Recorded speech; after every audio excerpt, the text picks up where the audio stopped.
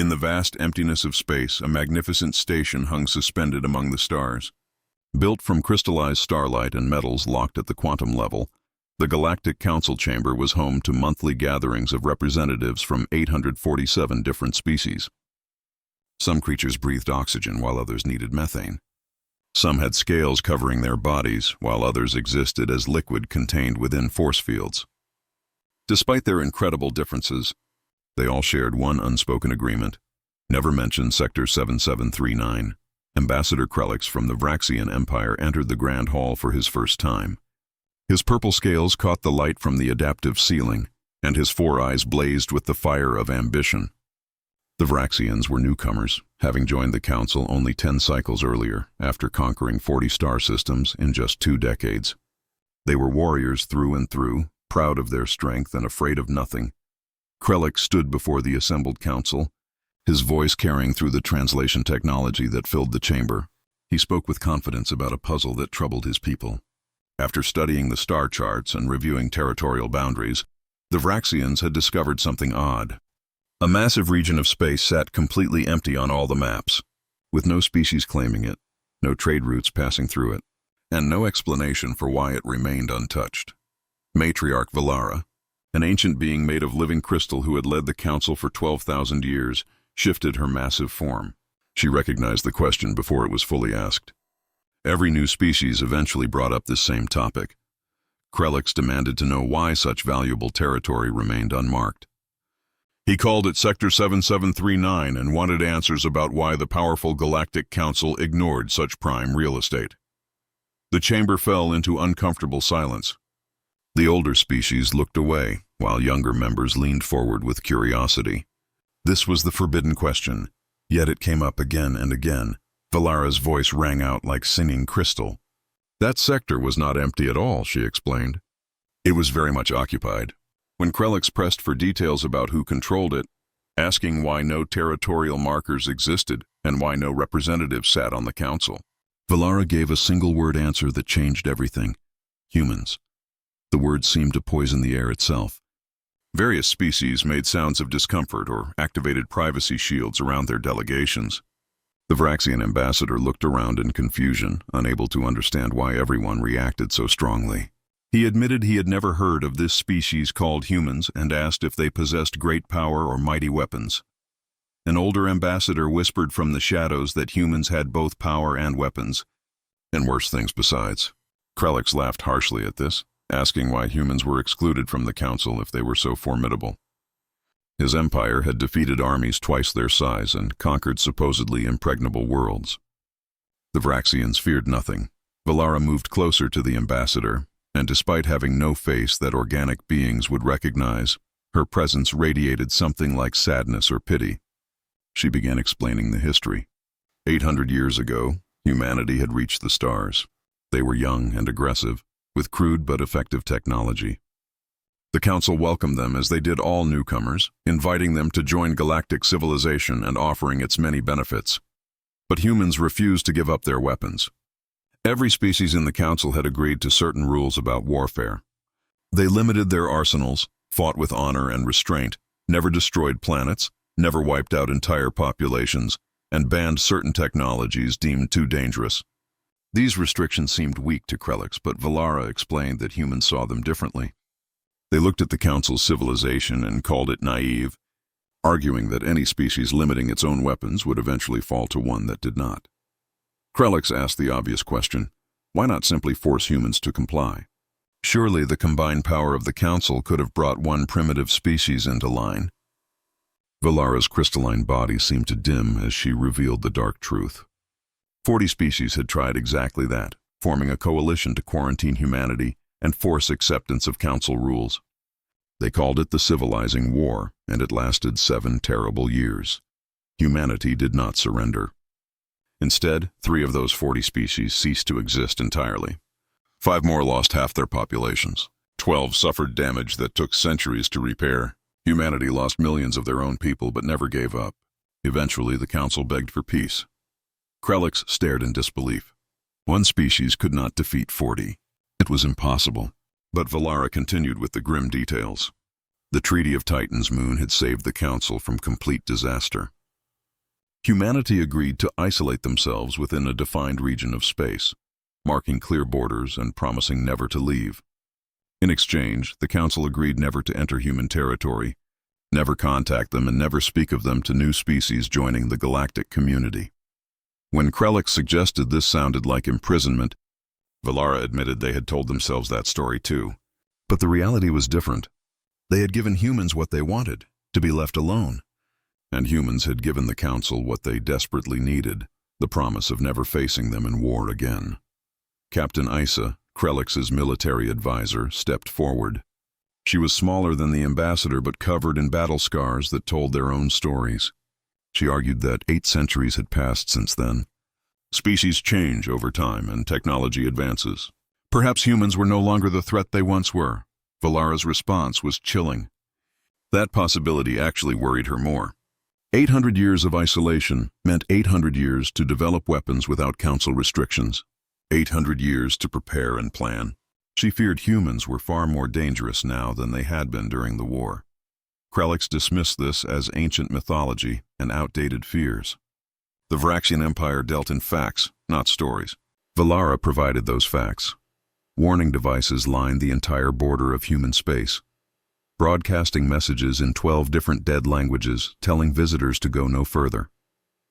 The Council had placed those warnings, not humans.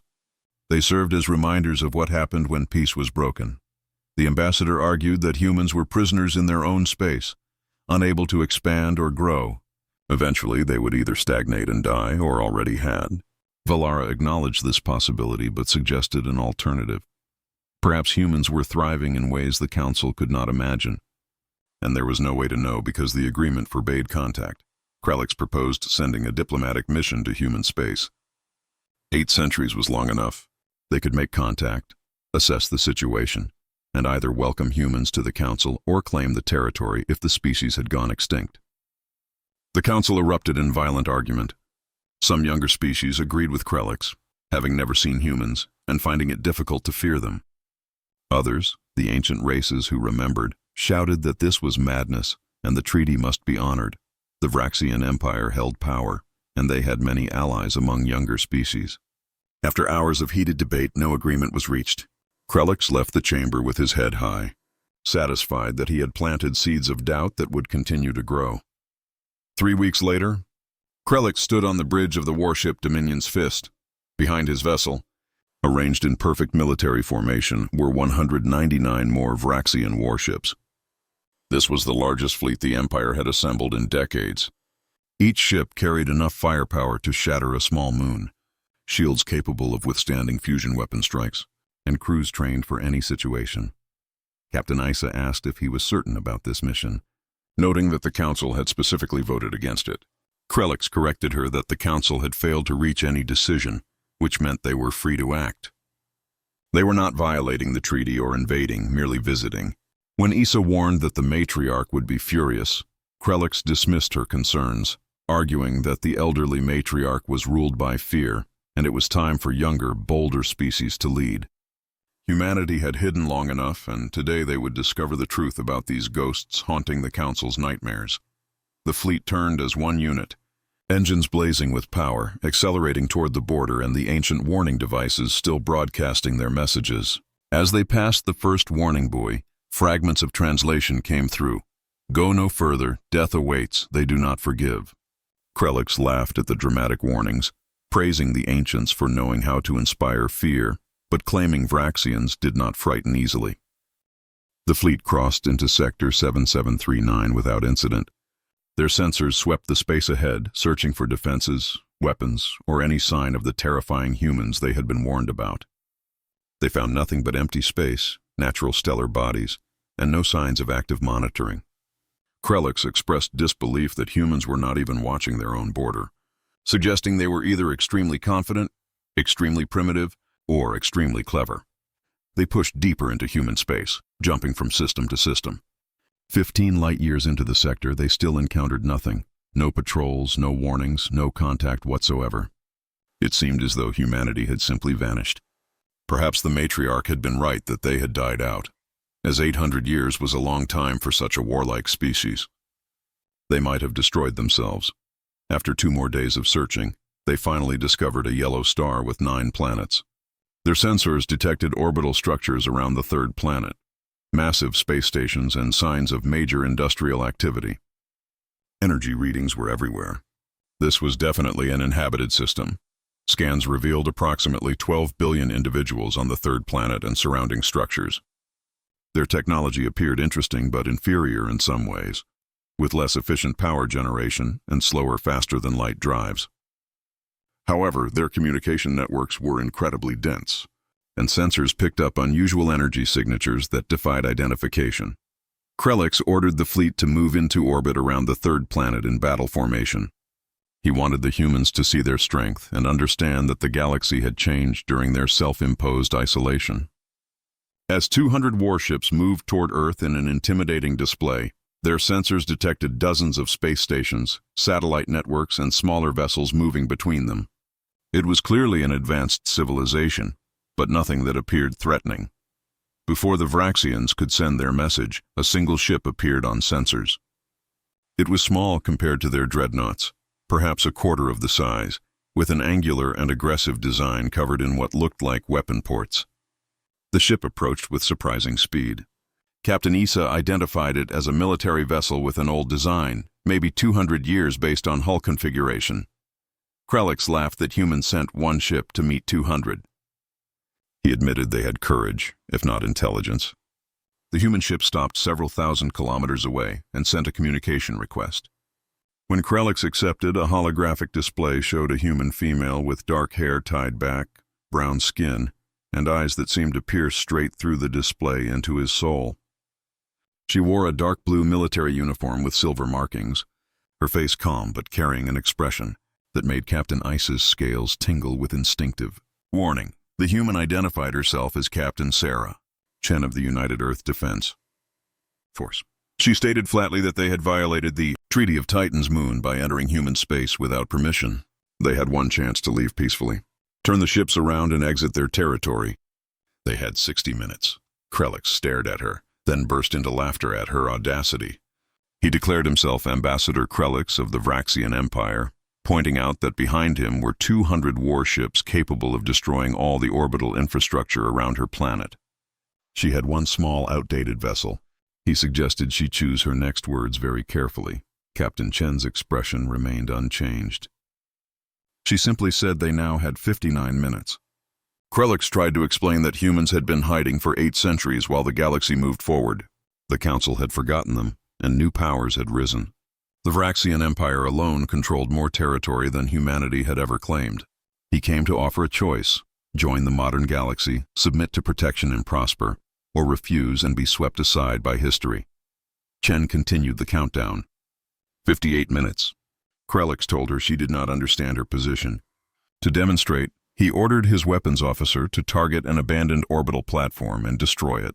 Captain Issa began to object, but Krelix overruled her. One of the Vraxian dreadnoughts powered up its main weapon and fired concentrated plasma across space. The platform's shields held briefly before collapsing, and the structure exploded in a brilliant flash with debris scattering everywhere. Krelix turned back to Chen, asking if she understood now. That platform had shields, and they destroyed it in seconds. What did she think they could do to her planet? Captain Chen's calm expression vanished, replaced by something that looked like ice. Her eyes became hard, and when she spoke, her voice carried a weight that made even Krelix hesitate. That platform was not abandoned, she said quietly. It was a memorial. 300 people had died there in an accident 2 centuries ago, and they kept it as a grave. Krelix had just desecrated the resting place of 300 souls. She told him he had come with his fleet to intimidate them, thinking humans would bow to strength, believing the old stories were exaggerations.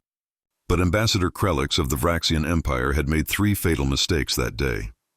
When he asked what those mistakes were, Chen leaned forward. The first mistake was entering their space. The second was threatening them. The third was firing a weapon in their system. She declared that he had started a war with humanity, and God help him because humans would not. The communication ended abruptly. For a moment, the bridge of Dominion's fist was silent. Then Captain Issa screamed orders for all ships to go to battle stations, raise shields and power weapons. Before she could finish, the sensor displays lit up like stars being born. Ships appeared on every screen, not dozens, not hundreds, but thousands of vessels materializing out of empty space, surrounding the Vraxian fleet on all sides.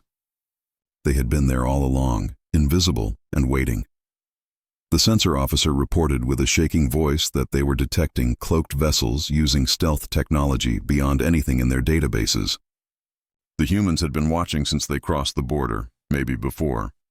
They had always been there. Captain Issa looked at her screens and felt her blood run cold. This was not first contact. This was an execution. The humans had allowed them to come, let them make threats, let them fire their weapon. Now they would show the Vraxians why the Galactic Council had been so terrified for 800 years. Captain Issa said quietly that she thought they had just learned why no one enters human space. The human ships began to move, and the Vraxian fleet realized too late that they had not discovered humanity. Humanity had allowed themselves to be found, and now the galaxy was about to remember why they had agreed to never return. The battle was brutally one-sided. Human ships moved with impossible speed and agility, their crews somehow not being crushed by the G-forces that should have killed them. They used weapons the Council had banned, relativistic kill vehicles moving at near-light speed that went through Vraxian shields as if they did not exist, and antimatter missiles that erased ships from existence. Worst of all, the humans demonstrated the ability to hack into Vraxian computer systems and take control of their ships, turning the fleet against itself. Within hours, the Vraxian fleet was decimated. Of 200 ships, only 60 remained operational. Captain Issa, wounded but still commanding, received a transmission from Captain Chen offering a choice. One ship would be allowed to survive and carry a message back to the Galactic Council and the Vraxian Empire. The rest would die there. Chen insisted that Captain Issa be the messenger because she had tried to stop this disaster, unlike Ambassador Krellix, whose arrogance had started. Nearly 4,000 surviving Vraxians evacuated to a single destroyer while Krellix was forced to remain behind on the Dominion's Fist. The destroyer was allowed to leave through a corridor in the human formation. Captain Chen appeared one final time to speak with Krellix before the end.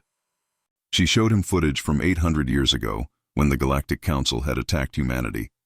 She explained that humans had spent those 8 centuries in isolation perfecting the art of war, transforming their entire civilization into a weapon, not because they wanted to conquer, but to ensure no one could ever conquer them. She told Krellix that he had destroyed a memorial and for that alone deserved what came next. But this was not about vengeance. It was about sending a message that no species enters human space.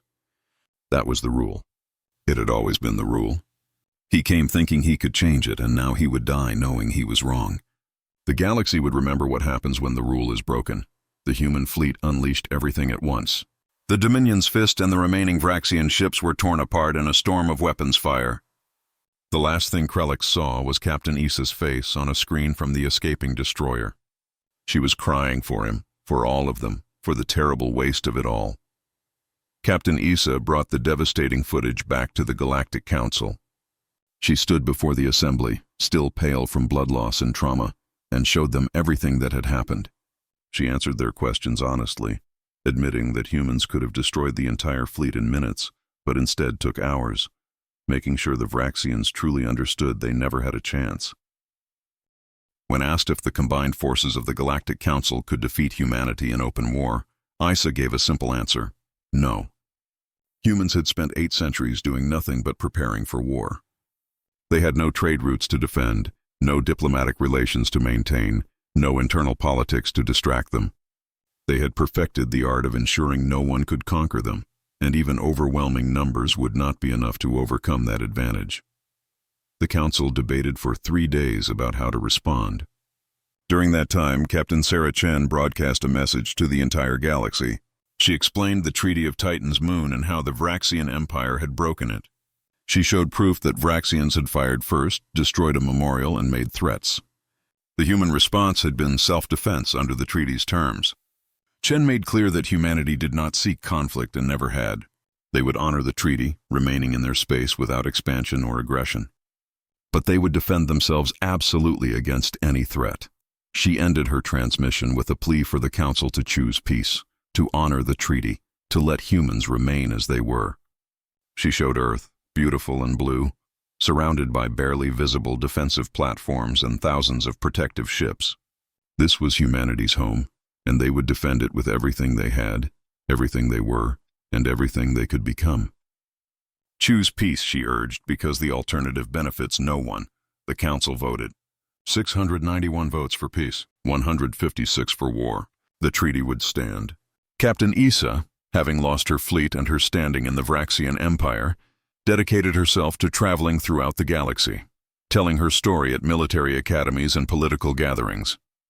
She made sure every species understood that the warnings were not myths, the borders were not suggestions, and humans were not to be tested. Over the following years and decades, the relationship between humanity and the Galactic Council slowly evolved. The borders remained firm, but communication channels opened. A permanent diplomatic station was established exactly on the border, allowing representatives from both sides to meet regularly and exchange information without crossing into each other's territory. Cultural exchanges began, limited but real, allowing both sides to understand each other better. 50 years after the Vraxian incident, a new aggressive species called the Korath approached the human border, unaware of what had happened before. Commander Rodriguez intercepted them in neutral space and offered a warning. When the Korath attacked, the humans destroyed 15 of their 20 ships in 6 minutes, disabled 3 more, and let 2 escape.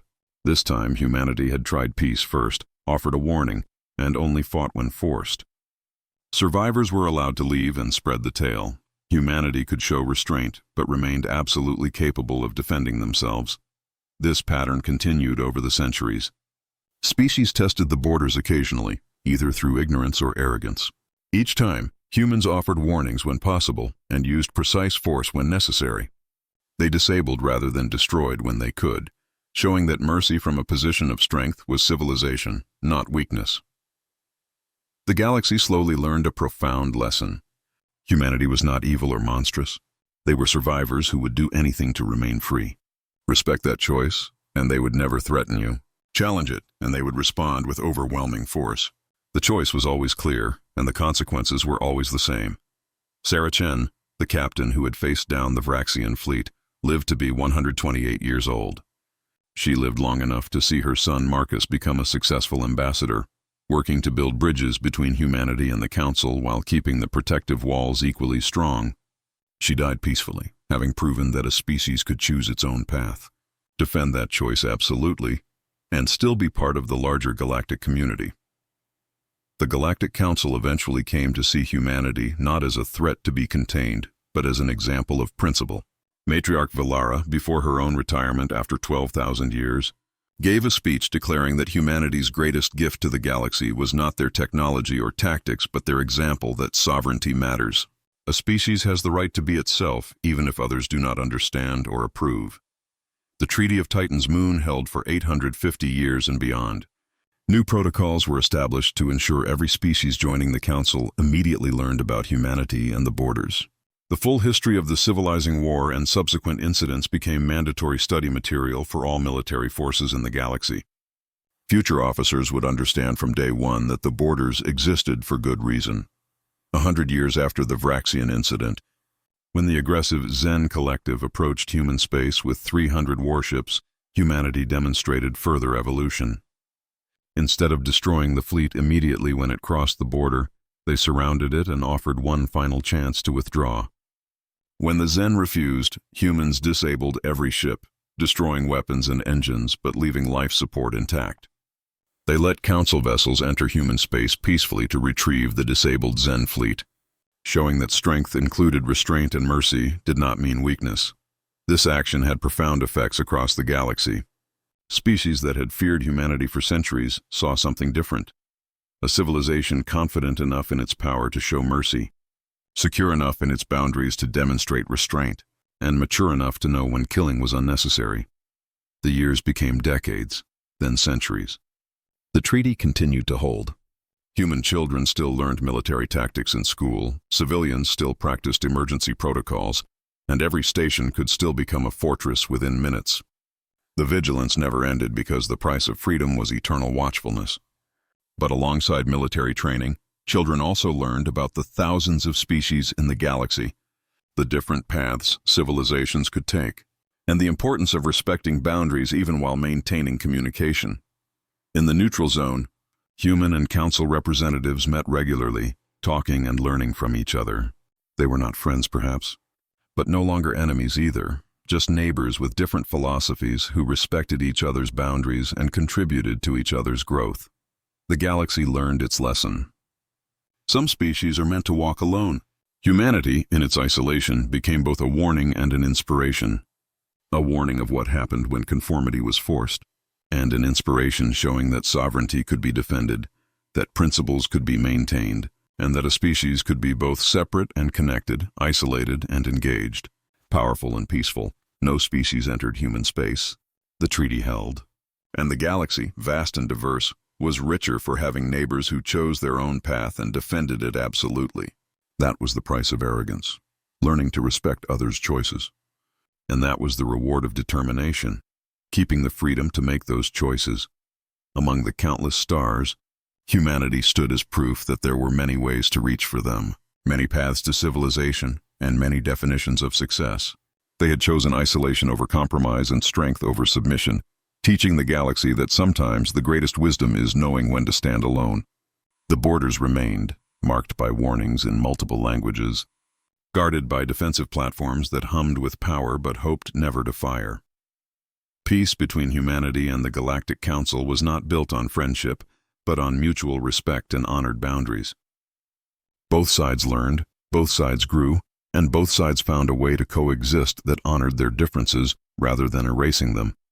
The stars shone on, and among them, humanity remained vigilant, free, and true to themselves, a testament to the idea that freedom is worth any price, and that sovereignty defended with strength and wisdom can endure for millennia.